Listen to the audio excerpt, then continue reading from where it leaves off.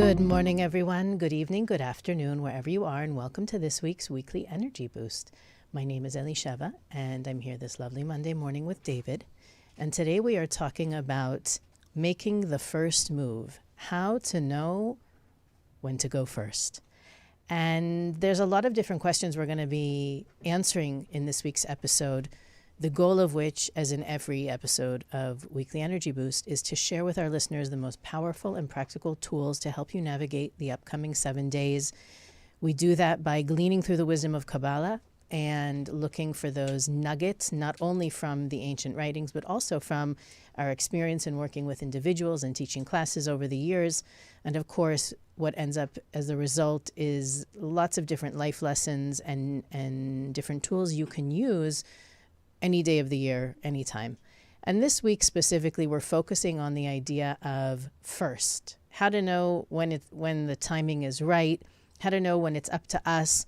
And I don't know, I kind of take umbrage, if I can, to this concept of going first, because it implies that we're looking at ourselves and our process in contrast to other people, right? If I'm looking at my own process and I stay in my lane, I focus on my own journey, so to speak. It doesn't matter if it's personal, spiritual, relationships, financial, career-wise, whatever it is. If I'm thinking about who's going first, I've got to be looking at someone or something outside of myself. So I think part of what we need to talk about today is the understanding that there's only that perception or that illusion, as the Kabbalists would call it, of going first, or that there's What do you mean by going first? That's the point, is that what does it mean to go first? If I need to make the first move, like let's say, for example, in dating, which I think is this comes up for people a lot. Should I make the first move? Should I wait for them to make the first move? It's sort of that it enhances the belief in time as a factor, as well as scarcity, right? If I don't move now, I'm going to lose something. Yeah. So that, in a way, just that simple idea goes against a lot of what we talk about, not only in the Weekly Energy Boost, but in everything we teach about the wisdom of Kabbalah, is that the temptation to fall to that perception of, I'm going to miss out. If I don't make the first move, I'm going to lose this opportunity. That, I think, is the first place we need to go, because is it an illusion? Why is it an illusion? Why is that FOMO there all the time, that we're going to miss something if we don't say something, do something, or the worry that we shouldn't do it, because if we do it, we're taking a risk and we might lose something as a result. And I'm happy you brought that up in the context of Kabbalah, because we learn that the game that we're playing is not here in the lower world, but it's on a spiritual realm that we cannot see. And I think this is why people find Kabbalah to be so profound, because we're dealing with technology that is not applicable to this world. Because what you do see, and why we call it an illusion, is that this is already a shadow of something else that is happening, that is the true source. So the way that we would approach it in this case is the greatest gift that the Creator has given us. The greatest gift that the Creator has given the souls of humanity is His ability to feel the illusion and the lack, and to be in darkness and to be confused. And this is a gift. We don't feel it in the moment as a pleasurable thing. It doesn't feel like a gift. But the Creator gave us this opportunity so that we can experience darkness and choose to be like the light of the Creator. Now, that being said, I still have decisions I need to make, and I am sitting in confusion. So what do I do? First off, any situation in life that you approach, however you do want to approach it. So people say, well, what is this? Let's say I'm going out on a date, or you're dating someone and you're trying to think, well, what are the rules of engagement? It's less about what do I do or not do. It's more about having the umbrella consciousness of certainty no matter what. So certainty is how you play the game in the upper world. Before you even think about the tactics and tricks of how to live in the lower world. When you have certainty, and we talk about this a lot in Kabbalah 1, we talk about it on our podcast, when you have certainty that the light of the Creator is controlling everything. We have certainty that everything that is happening to you is for the good. You have certainty that everything that is yours will come to you because it will. The only free will you have is to determine the timing of it. Whether it's going to take a long time or many lifetimes, or it's going to happen in one lifetime, or 1 year, or 1 day. That depends on us. Well, how do I make things shorter and not longer? It's certainty. When I have certainty, it's also I have self-confidence. I know what to say, when to say it. We had a little gathering this week, and it was actually a singles gathering. So we had people come by, and everyone was sitting around a table, and we had a conversation about exactly this. Rules of engagement of dating. Rules of engagement of finding a relationship. What does it mean? All these questions came up. And we actually talked about what it means when you're in a relationship, and how do you say the right thing? How do you say the right thing in a relationship? And all the tricks and techniques that we've learned and the books we've read, they don't really address what to say and when to say it. Like, there's no manual that you can read. Ultimately, your partner in a relationship, their spiritual job is to help you be a channel. And that means that forcing you to break your ego. So almost anything you think of saying is going to not work out the way you want. You have to actually realize there's something on a higher level. So for example, the example that came up is if one of the girls was sharing that sometimes she's sharing her feelings and that her ex-boyfriend would, one of the guys at the table, it was one of the guys at the table said, well, I hear that, and right away I want to remove your pain. I want to solve your problem. And we hear this a lot. And she's like, well, no, I want you to hear me out. I want you to feel me and be sensitive, but I don't necessarily want you to jump in with your solutions yet. Now, they're not dating, but they're just at the table having this discussion with all of us watching. So the idea is the guy, in that case, it's not about solving the problem. It's not about not solving the problem. It's about, can he tap into the divine at that moment, and the divine will speak through him. And who knows what he says? Maybe he'll even say a solution. But because it's not coming from his experience, his ego, what he knows, what he thinks, what he feels, it's coming from a higher source. This will be accepted by the other party. So when women are saying, I don't want you to solve the problem, they're not actually saying that either. What they're saying is, I want you to speak from God, but you're speaking from yourself right now. And that's the pushback. And in business meetings, it's the same thing. And in everything in life, it's the same thing. If you feel it's you talking, you're gonna delay the process. You're gonna get pushback. But if you know how to just let go, have certainty, have self-confidence, and just be a channel, you don't. And how do you know you're a channel? You're not really attached to what you're saying. It's not an emotional thing, and it's coming from a place of wanting to really take care and be a giver. So these are the words from God. These are words from the light of the Creator. It's actually, I'm listening to you, trying to listen with the ears of a listener, not knowing what you're going to say. And I think that's really where Kabbalah diverges from a lot of the, not only self-help, but also even relationship advice or negotiation skills kind of things out there, because there's such a huge emphasis in Kabbalah on the power of pausing. Right. That, and if I heard what you said correctly, what you're saying is the more you try to control it, the more you're thinking about it, playing through scenarios, rationalizing, analyzing data, the lower the odds that you're going to have that right timing and have the right words. When we talk about pausing, and that's part of the paradox, is hesitation has a really bad rap, right? We think that what do we say? You snooze, you lose, right? That is such a 8-year-old kids know that phrase, at least here in America, right? That there is this apropos, with all the Black Friday sales and Cyber Monday. You know, if you're not first, if you're not in line at the store at 6 a.m., if you didn't camp out there, you're not going to get the latest whatever. In the spiritual realm, which is really the cause, as David was saying, that's really what's controlling the puppet show down here on earth. There isn't any time. It really is all about process. And the challenge is, I mean, I've heard our teachers say even that if you can be in a relationship with your soulmate, and if you force it, you can lose that relationship. Even though we know soulmate relationship is eternal, right? It spans lifetimes. So part of this concept of making the first move or having that sense of competition, you know, that I'm competing with the other single people out there. I'm competing with the other candidates out there for this position.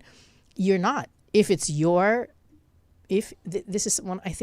one of the hardest things to ingrain in our mentalities and our mindsets, and also within our bodies, because there is a certain sense of anxiety that can take over unconsciously when we are afraid that we're going to miss out or lose out on something. The Kabbalists say unapologetically and unequivocally, if something is yours, you cannot lose it. Even if it appears like it goes away for a bit, it will come back to you. And if something was never yours, you will never have it. It will never remain with you. It cannot be part of your blessings if it doesn't actually belong to you. So the perception that you snooze, you lose disintegrates in that very first class you take in Kabbalah 1, because you realize that if I'm in control, and if I'm saying, when I say in control, it's actually the opposite of what most people think. If I'm pausing and I'm choosing my response, if I'm pausing and I'm saying, I don't want to force this relationship if it's not meant to be, which is a very high level of consciousness, very high spiritual level to be able to say, in as much as I care about this person, I may have feelings for them, we have a history together. If they're not the right person for me, I want it to be taken away in the best way possible.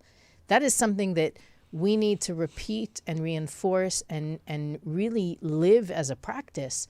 That level of detachment actually ensures that we'll always make the right moves at the right time, because we won't be attached to the outcome.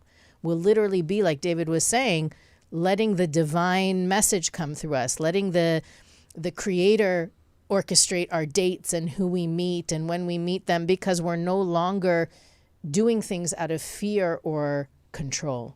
And I think this week is one of those really powerful weeks to have that breakthrough, especially, I don't know if you guys noticed, but the last month, the month that finished last week on Thursday and Friday, the astrological month was the month of Scorpio. Of course, Scorpios get a bad rap, no matter, doesn't have to be Kabbalistically speaking.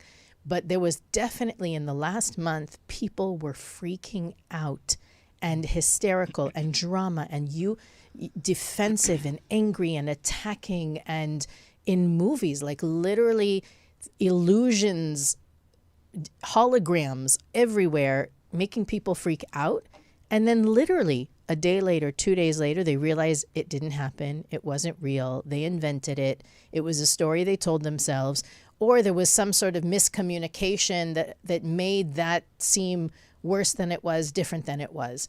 And to me, now that we've moved into this month of Sagittarius, which Kabbalistically speaking is a much lighter month, more expansiveness, right? Jupiter, which controls the month, is the month of expansion. And when I say expansion, I don't even mean physical, amassing more and being more influential, but also seeing the bigger picture, having more space in your inner world to receive new perspectives, new understandings. And it's such a perfect combination of energy, because this week we're really also focusing on, for this week's energy, knowing and allowing the light force of the Creator to guide us, so that if we are meant to be quote unquote first, we will be. But if we're not, we won't be in the way of whoever it is that's supposed to be there, which is such a tremendous source of chaos. That's what I saw. I'm bringing it up because that's what I saw in the last few weeks, is that that people wanted to be doing things that weren't for them to do, or wanted to be in places that they didn't need to be, or were afraid that because they weren't in a certain place or in a certain meeting, that something devastating was going to happen.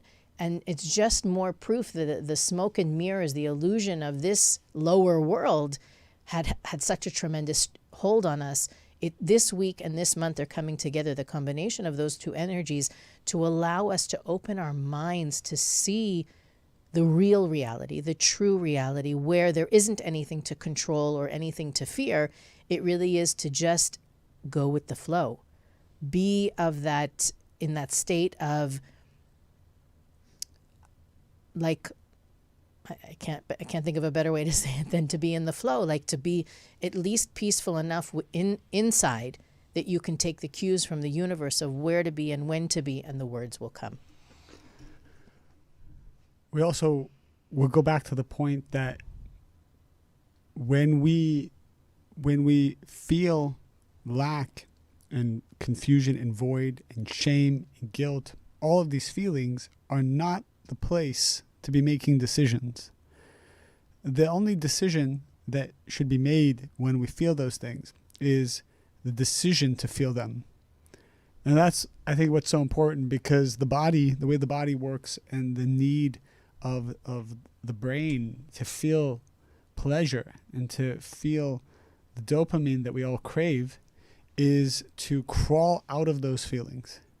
So let's say you've made a mistake. Let's say you've done something that you regret, or you feel shameful of, or you are beating yourself about, you're overthinking it. It's consuming you. It's causing you to feel low energy.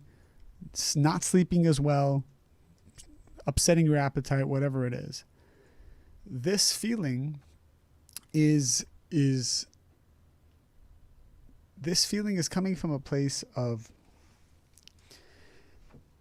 that the Creator has put it inside of you, right? So it came from the Creator. And by you having certainty in this feeling, you make it into a vessel for miracles. So what does that mean? When I feel bad about something, how do I usually react to that bad feeling? I might go deeper into some form of sadness or addiction, or I'll perpetuate those thoughts and beat myself up more. As opposed to saying, okay, these feelings are coming to me. They're very good feelings. I choose to feel them. I have certainty in these feelings. I have certainty because I know they came from a good source. Because everything comes from the Creator, it must be good. So even though I feel bad, that's just my limitation that I feel bad. If it came from a good source, and it always comes from a good source, it means this is good. So my body needs to catch up to the reality that this is good. We've accomplished this with feeling sore after a great workout. Even though the body is sore, no one's running to the emergency room. Person has certainty that this is good. Well, the body hasn't caught up yet, because we know that the body's gonna rebuild itself and be stronger and look better. We know this, therefore we have joy. Therefore the pain is not really pain. We need to duplicate this consciousness in every part of our lives, and it's not easy. It's not easy when you're going through it. However, it is a muscle you can build. The muscle of consciousness. And then you're invincible. You are literally invincible. There's nothing that can tear you down. When you've learned to have certainty and joy and acceptance of when you feel bad. And this is the transformation that each person goes through, that takes them to a new destiny, with a new soul, with more miracles. This is what happens. This is the only way you actually go to the next level.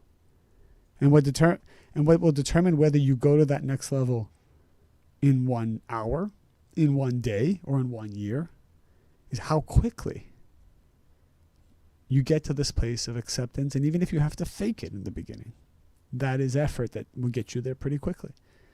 Even faking the acceptance is good. Faking it, knowing that you want to reach a place where it is authentic. Would you say that there's, or I won't even, it's not a yes or no question. When is it ever when is hesitating the wrong thing to do? When is hesitating? Meaning, what situations would it be better to jump than to pause? When I get questions like this, there are, in some cases, I would say there's two types of people. There are the people who hesitate in everything, and then there are the people who react to everything and they take action. Generally speaking, I think it's important for each person to get out of their habitual behavior, because you don't know what is waiting for you when you get out of it. Something will become unlocked. So I remember one time I gave advice to someone that was it was very, that's the word I'm looking for. It didn't sound spiritual, the advice I gave. It was very kind of like a physical thing. Like, okay, do this.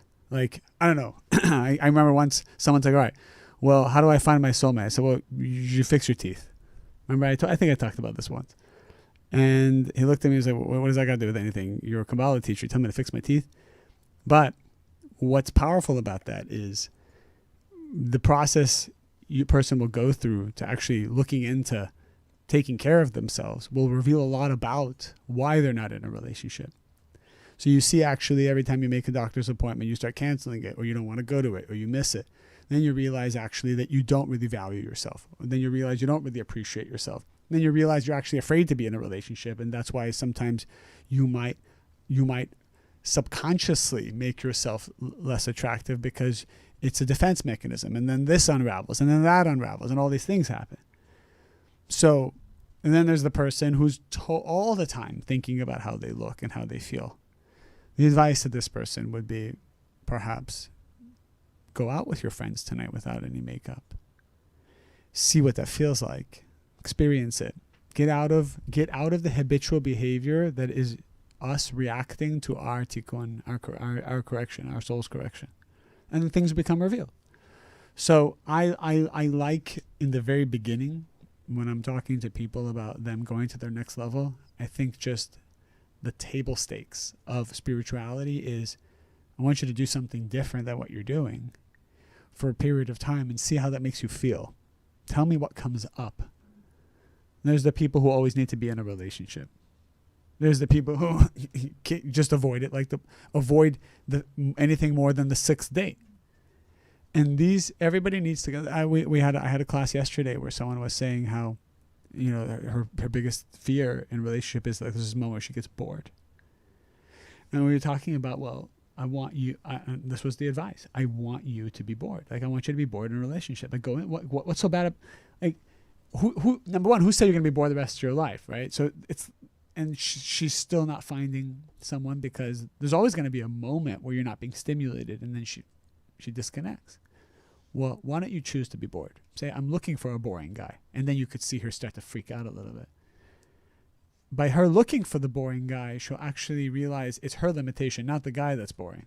It's her belief system about what should be that is totally an illusion. It often comes from those kind of fixations come from the relationships we witnessed as children, that if she was raised in a home where the relationship was chaotic and there were, there was always drama in the home, but there was love. Yep. Like, drama is love for her. So she's going to look for drama to feel safe. That means that there's a connection. That's good. Then we learn that Kabbalah says that we choose where we're raised so that we can be set up to do that work. So her work, even before she came into this world, was to be okay with boring, peaceful man. A genuinely kind and gentle human being as a partner, versus the drama and the trauma that comes from that. And just amazing to see how software gets installed just to be deinstalled. That's beautiful what you said. And there are women right now who are listening to this saying, I like it. It sounds very spiritual. I'm still not going to do it. I'm still not going to listen to anything you just said. And we have to ask ourselves why we're so afraid to just test. I think it's all about testing. It's all about testing. Yeah, I remember many years ago, I met this guy. He was such a great businessman, so good at what he did. And I said to him, I said, how do you do it? He's like, I said, if you came into my business, could you do it? He's like, well, we're just good at one thing. We're just good at testing it until it works.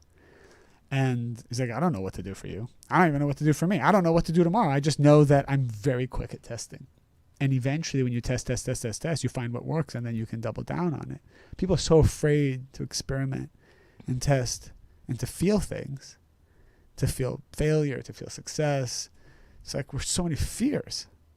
I think testing is one of the most beautiful things that we can do, as long as we learn from it and we're mature about it and we grow from it.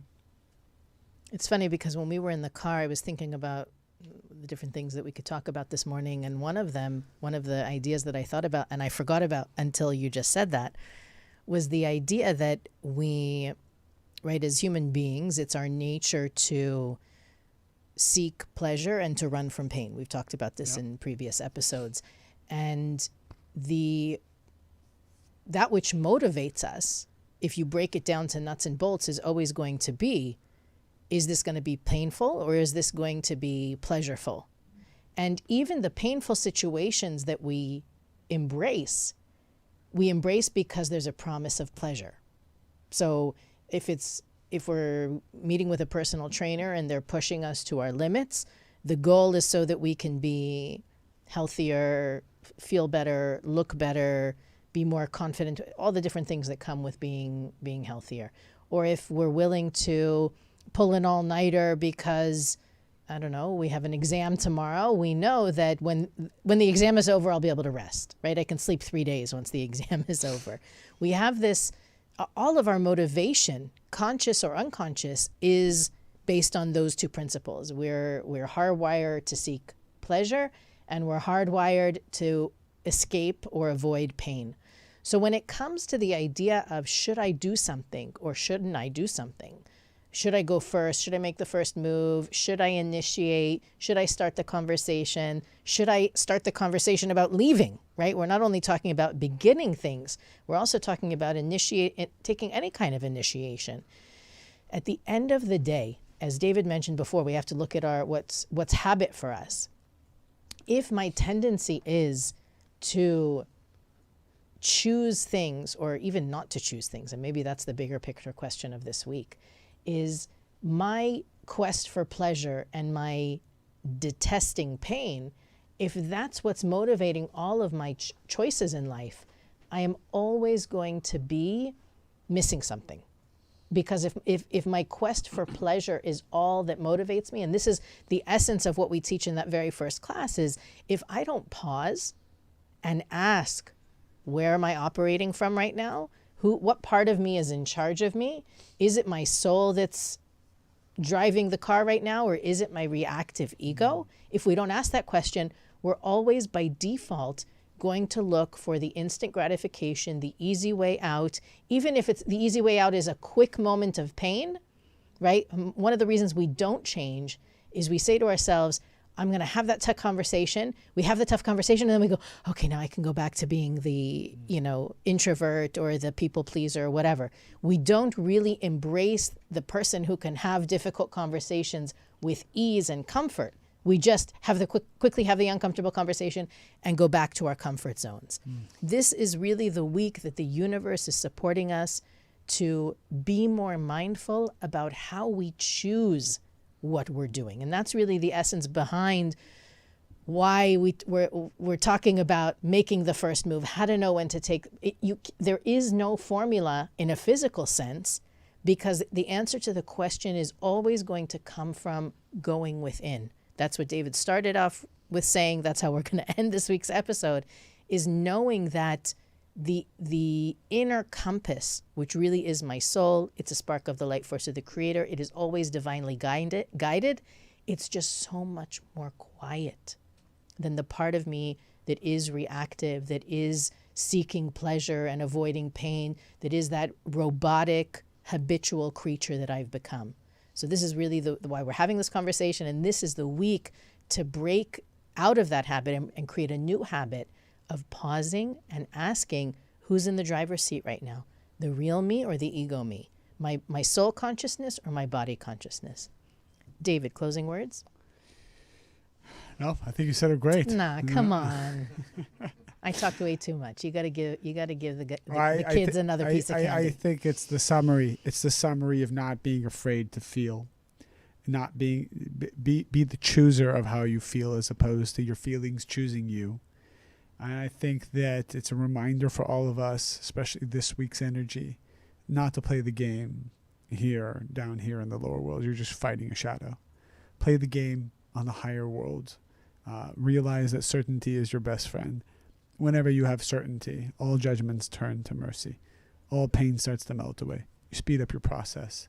You elevate your destiny. No decision is a bad decision when you have certainty in the light of the Creator as the umbrella insurance policy that's wrapped around it. And this is the key. And so you should not have fear. You should not have fear to go test things and to move forward. Well said. I'm going to end with literally 2 small paragraphs from our teacher Karen Berg about this exact idea, about tapping into the unseen parts of us to draw strength and direction at every turn. We are born into a beautiful world full of great pleasures and enjoyments, but they are the only. But are they? Sorry, it's a question. But are they the only reason we have come to this world? It is said that Buddha left his privileged upbringing as the son of a king to discover the secrets of life and his purpose. He could have indulged in his wealth, but instead listened to that small voice within. He decided to take the journey to discover the purpose of life. Our patriarch, Jacob, empowers us to do this very same thing. We can live 70 years as if we have lived just one day, but in contrast, when we forge on our spiritual path, we can live just one day as if we have lived 70 years. It is always a matter of if and when we choose to begin. There is a spark of the Creator in every one of us that is waiting to be found and ignited. We live in a world where we need to strike a balance between how far we travel outwardly and inwardly. We need to find the balance of the physical and the spiritual, and of receiving and sharing. Our bodies are in need to constantly receive, while our spirits burn with the desire to share and give to others. Our inner light pines to help those in need and borrow and bestow our love onto one another. We live in the world, sorry, it's a reference to something I didn't read about. This week in your meditation, and this is really why I wanted to share this with our listeners. If you can close your eyes now, great. If not, it's something you can come back to throughout the week. This week in your meditation, I ask you to close your eyes and travel within. Turn away from the physical world, if just for a moment, and go within. Focus on your breath. See the rise and fall of your abdomen and feel the air entering and leaving your lungs. Can you hear your heartbeat? There is a light inside of you, a beautiful light that is destined to grow brighter. Having closed your eyes and turned away from the physical world, allow yourself to go deeper into your spirit. Ask the Creator to send His angels to help guide you in discovering who you truly are.